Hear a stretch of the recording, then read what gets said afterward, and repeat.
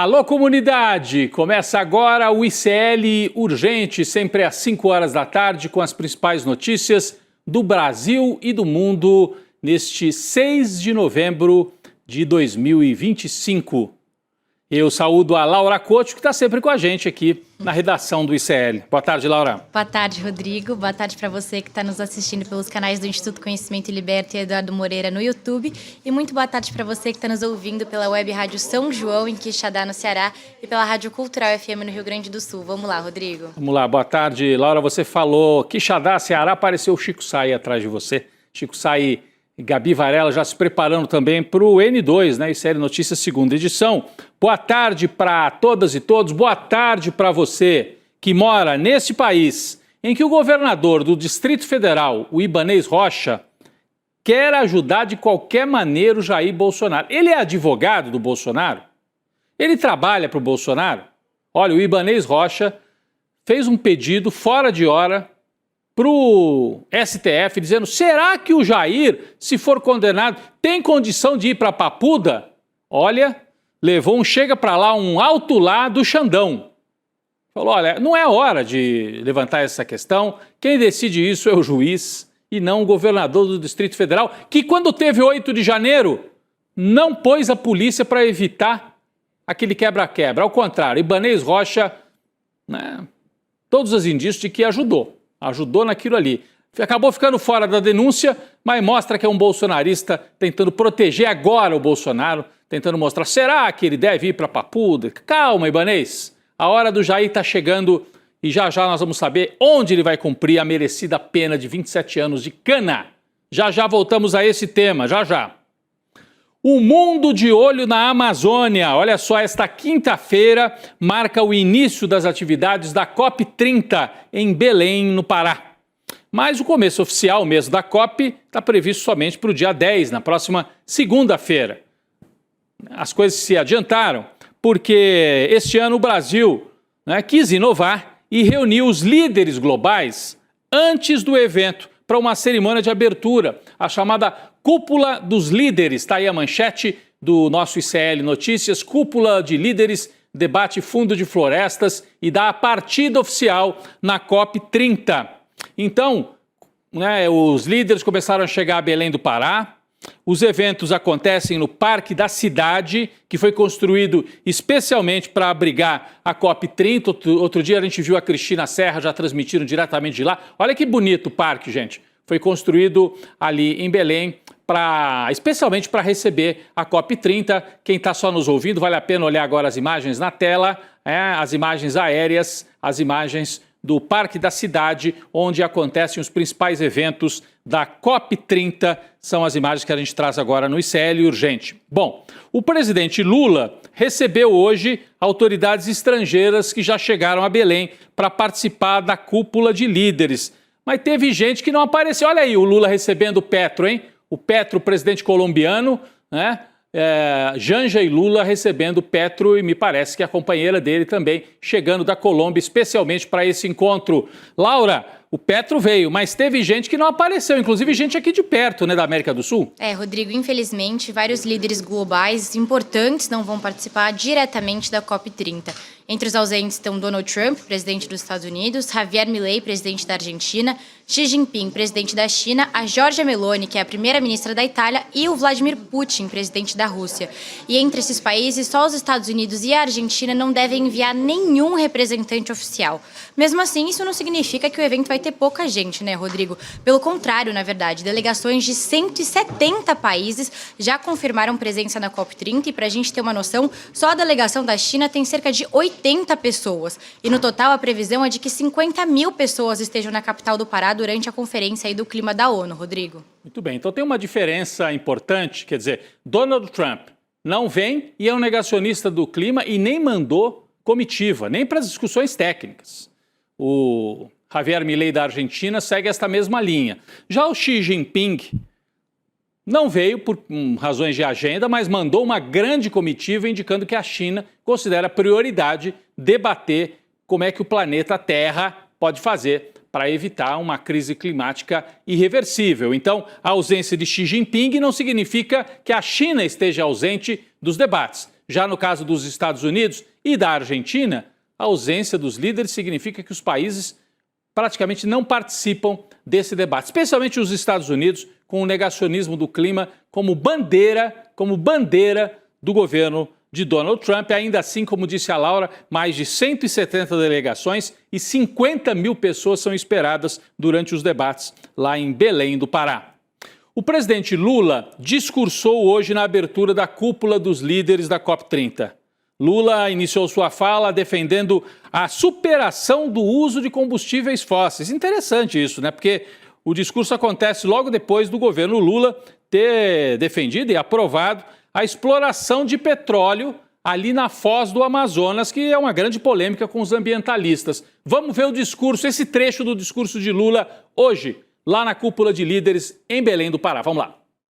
Acelerar a transição energética e proteger a natureza são duas maneiras mais efetivas de conter o aquecimento global.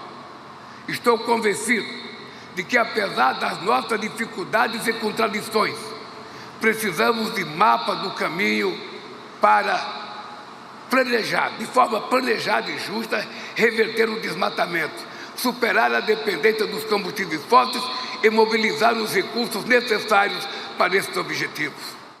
Bom, ele pode dizer superar a dependência dos combustíveis fósseis é um caminho, enquanto não se supera, o Brasil vai explorar, né, também petróleo ali na foz do Amazonas. Mas é uma fala que chamou a atenção na abertura. O presidente comprando esta agenda de que é preciso superar esta fase, né, que vem desde a Revolução Industrial e acelerada no século XX e século XXI, do uso do petróleo, dos derivados de petróleo e a queima de carbono, né? O presidente também afirmou que a defesa do meio ambiente precisa estar alinhada com justiça social. É um discurso que o Lula repete sempre que vai a estes fóruns ambientais.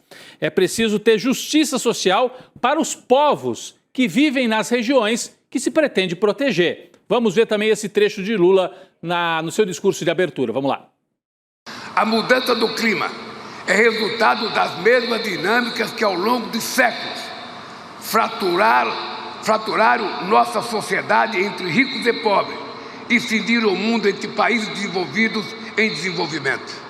Será impossível contê-la sem esperar as desigualdades dentro das nações e entre elas.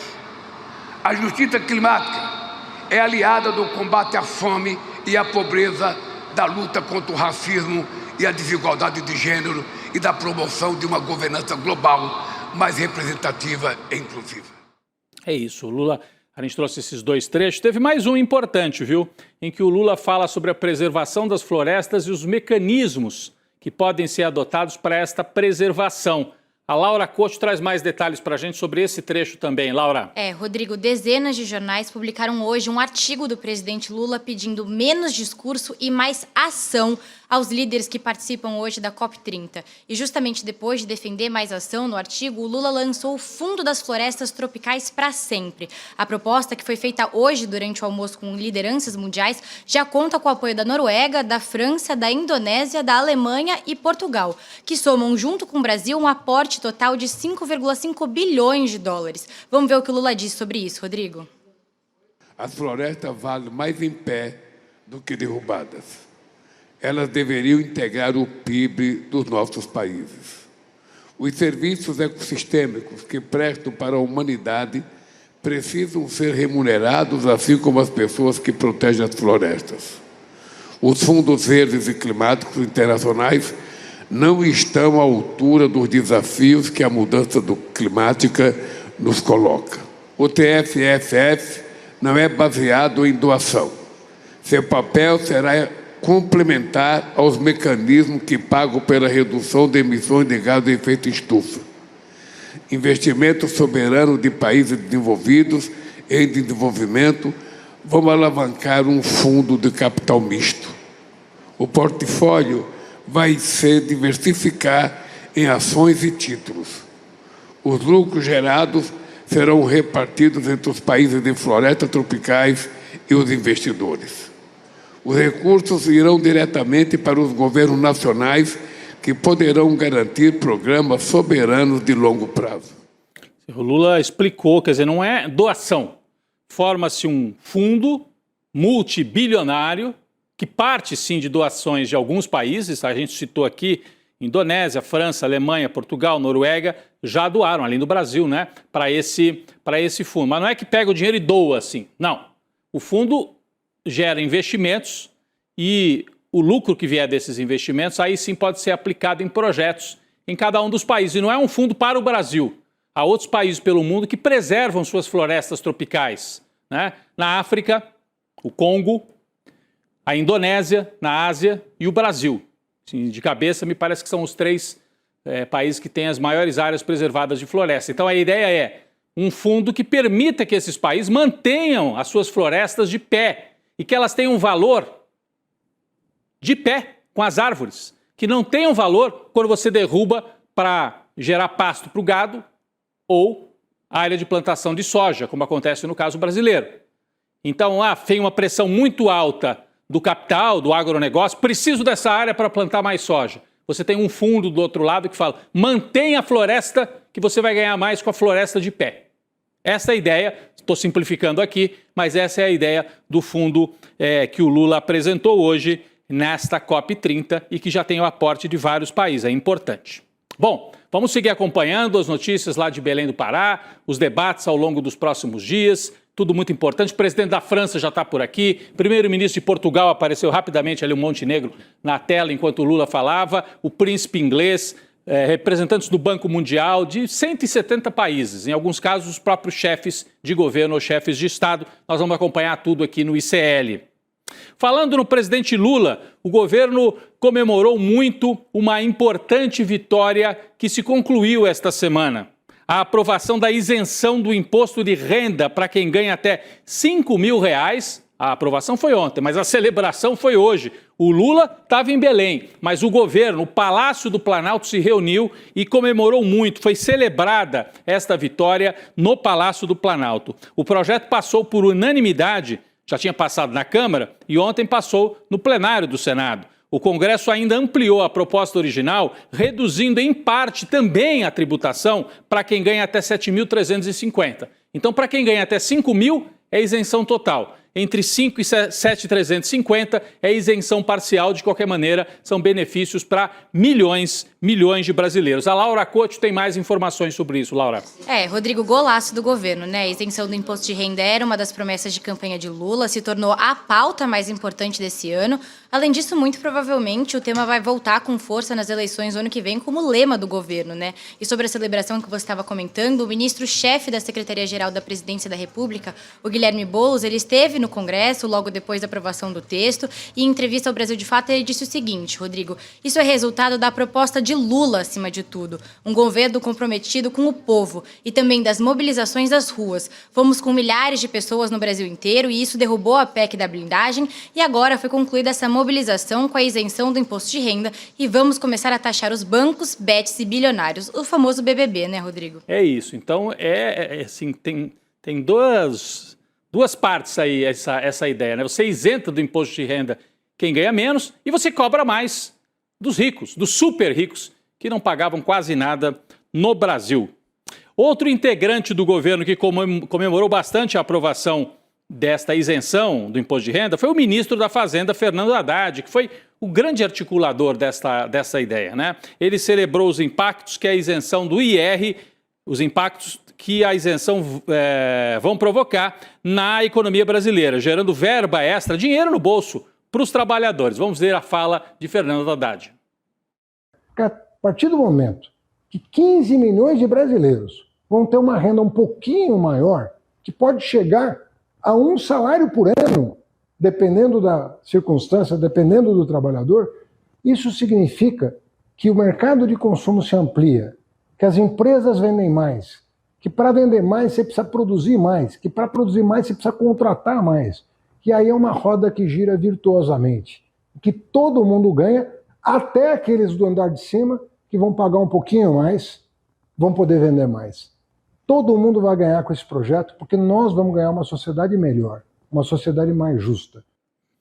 O Haddad, com um jeito tranquilão dele, trouxe a explicação. Lá nos primeiros governos do Lula, quando o Lula colocou o Bolsa Família para circular em larga escala, O povo falava assim, o povo da direita, né, os liberais. Isso aí é populismo, é esmola para o povo. Gente, o Bolsa Família significava que o pessoal pudesse comprar comida, verdade? Mas significou a economia girando.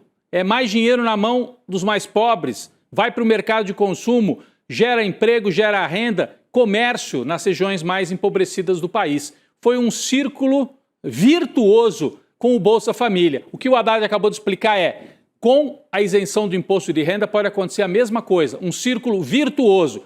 Se sobrar 200, 300 reais por mês na mão do mais pobre, ao longo do ano é quase um salário a mais, que em vez de ir para o imposto de renda está indo para o bolso dele. E ele, geralmente o pessoal, né, de mais baixa renda tem tantas necessidades que não vai guardar o dinheiro. Vai colocar no mercado, consumir e a roda vai girar. São 15 milhões de brasileiros, mais economia, mais emprego e mais renda. É um círculo virtuoso, disse o Fernando Haddad. Vamos falar do assunto que eu trouxe logo na abertura do programa? Bolsonaro. Um monte de gente preocupada em poupar o Jair. Ele falava grosso, dizia que fecharia o Supremo, a família dele, né? Fecharia o Supremo com um cabo e um soldado, que não ia mais responder para o Alexandre de Moraes. Agora está de cabeça baixa pedindo socorro. A tentativa do governador do Distrito Federal, Ibanez Rocha, de proteger o Jair Bolsonaro foi para o ralo. Isso porque o ministro Alexandre de Moraes entendeu que agora não é o momento processual adequado para avaliar o pedido feito pelo governador do Distrito Federal, feito pelo governador, para que o Jair passe por uma avaliação médica. O Ibanez queria assim, avaliem aí, coitado, o Jair não tem condição de ir para Papuda. Calma, Ibanez, ele nem condenado ainda foi totalmente, faltam os últimos recursos, calma. A avaliação pedida pelo Ibanez, a avaliação médica, seria para verificar a compatibilidade do ex-presidente cumprir eventual prisão no complexo penitenciário da Papuda. Laura, o Alexandre de Moraes deu um chega para lá no Ibanez, né? Exatamente, Rodrigo. O ministro Alexandre de Moraes considerou que a demanda não é pertinente, nas palavras dele. Ele também determinou que o pedido seja retirado, por enquanto, da ação do núcleo crucial da trama golpista. A justificativa apresentada pelo ministro é de que o documento enviado pelo governo do Distrito Federal trata de execução penal, que é uma fase posterior ao julgamento dos recursos. Com isso, o ministro afirmou que só deve analisar esse pedido do governo do DF depois do fim do processo da trama golpista. A primeira turma do Supremo começa a analisar o recurso de Bolsonaro amanhã no plenário virtual da Corte e a defesa de Bolsonaro dos demais réus ainda pode tentar outro recurso, Rodrigo. É isso. Assim que terminarem esses recursos, que o Moraes, o Alexandre de Moraes, né, determinar a execução da pena, ele que é o juiz, é que vai definir o local da prisão. As possibilidades mais aventadas aí são uma cela na Papuda, ou na Papudinha, como a gente trouxe ontem, que é um anexo ali da Papuda, ou então uma sala na sede da Polícia Federal do Distrito Federal. A gente já explicou isso tudo aqui. O mais provável é Papuda. Então, sem mimimi. Se tiver que ir para Papuda, vai para Papuda. Depois se discute com laudo médico. Não adianta querer adiantar o serviço para o Jair, viu, Ibanez? Essa foi a resposta. No Supremo, a expectativa é de que a pena comece a ser cumprida até o fim de 2025. Vamos falar de mais uma decisão importante que está nas mãos do ministro Alexandre de Moraes. Ele determinou que a Polícia Federal, olha só, abra um inquérito para investigar 2 frentes relacionadas ao crime organizado no Rio de Janeiro. Olha só, primeira frente, esquemas de lavagem de dinheiro de facções e milícias. Porque o Cláudio Castro não quer investigar. Ele só quer fazer rio de sangue e não quer investigar. Então, manda investigar o esquema financeiro. E 2, investigue infiltração de organização criminosa no poder público do Rio de Janeiro. E aí, minha gente, vai bater num tal de TH Joias, entre outros, que era deputado estadual, está preso, é amigo e era ligadíssimo ao Cláudio Castro. Ainda vamos ver muitos desdobramentos desses fatos aqui. Segundo Alexandre de Moraes, a Polícia Federal vai conduzir a investigação priorizando rastreamento financeiro das facções e das milícias ligadas a setores do bolsonarismo. O ministro também solicitou imagens das operações recentes no Rio para verificar possível uso excessivo da força policial. O Cláudio Castro que se cuide. Falando de governadores, de políticos, prefeitos bizarros, Vamos trazer uma informação aqui. Uma notícia bizarra que vem de uma capital no sul do país. Um vídeo publicado pelo prefeito de Florianópolis, Topázio Neto, do PSD, hein? Que é um partido considerado de centro.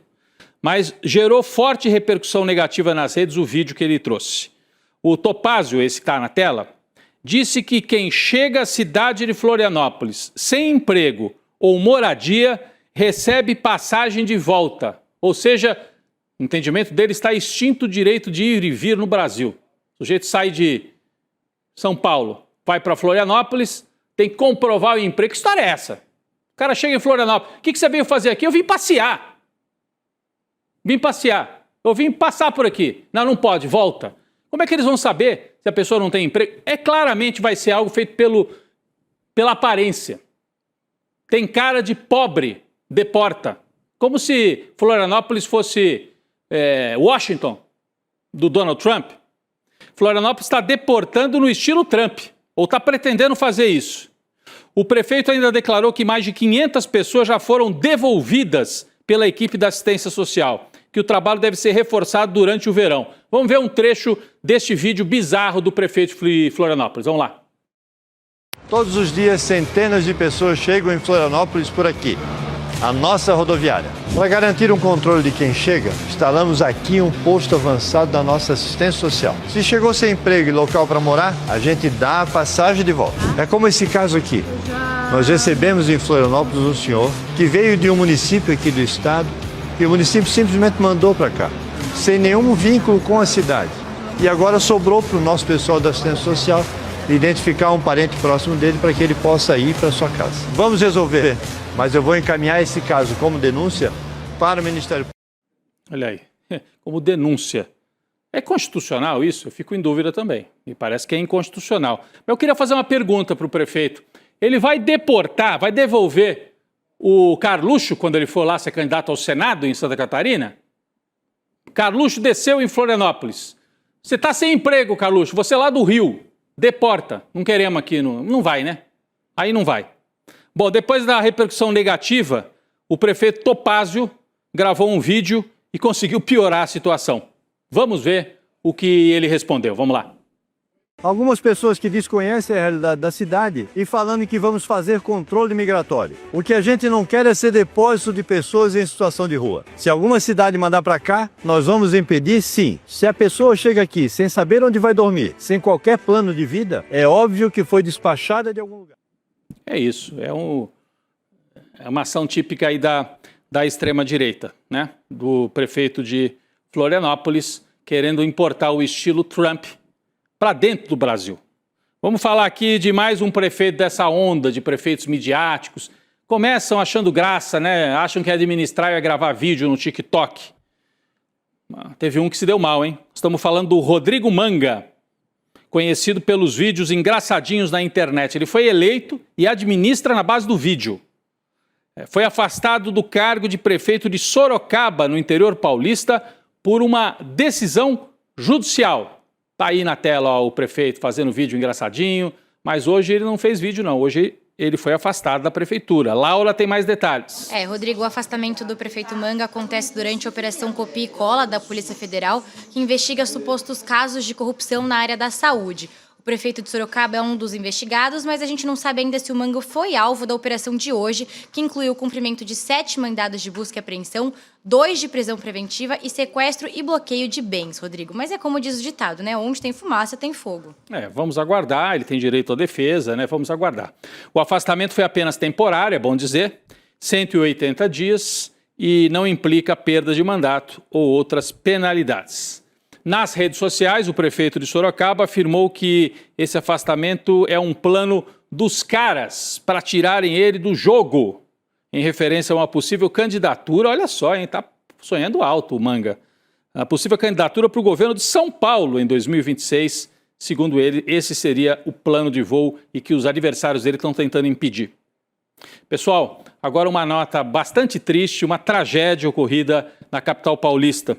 O ex-deputado estadual do PT, Partido dos Trabalhadores, Paulo Frateschi, morreu na madrugada de hoje aos 75 anos. Está aí na tela o Frateschi. De acordo com a polícia, ele teria sido esfaqueado pelo filho durante um surto do rapaz. O filho entrou em surto e teria esfaqueado o pai dentro da casa. Frateschi foi presidente estadual do PT de São Paulo, né? É um dirigente histórico do partido e era um amigo muito próximo de Lula, muito próximo mesmo. O ex-deputado iniciou sua atuação política ainda antes de PT, durante a ditadura, quando integrou o grupo de resistência armado Ação Libertadora Nacional. Ele foi preso em 1969, aos 19 anos, depois saiu da prisão, ajudou a fundar o PT e acabou falecendo hoje. O ex-ministro Zé Dirceu fez um post em sua conta no Instagram lamentando a morte do amigo. A gente tem aqui o post do Zé Dirceu com o Frateschi ao lado de Lula e de Pepe Mujica, presidente falecido já, né, presidente do Uruguai. Diz o Zé Dirceu: Paulo Frateschi foi um grande amigo, um dedicado lutador, fundador do PT, deputado, presidente do partido. Dedicou sua vida à construção do PT e às eleições de Lula, de quem era parceiro e amigo. Aí o Zé Dirceu manda para a Yolanda, né, que é a companheira do Frateschi, um abraço afetuoso, com presença amiga e solidária. Seguiremos firmes na sua memória. Descanse em paz.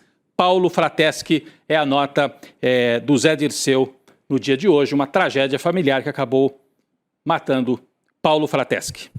Pessoal, uma nota aqui ainda no noticiário internacional, voltando a um assunto que nós trouxemos ontem aqui no ICL Urgente.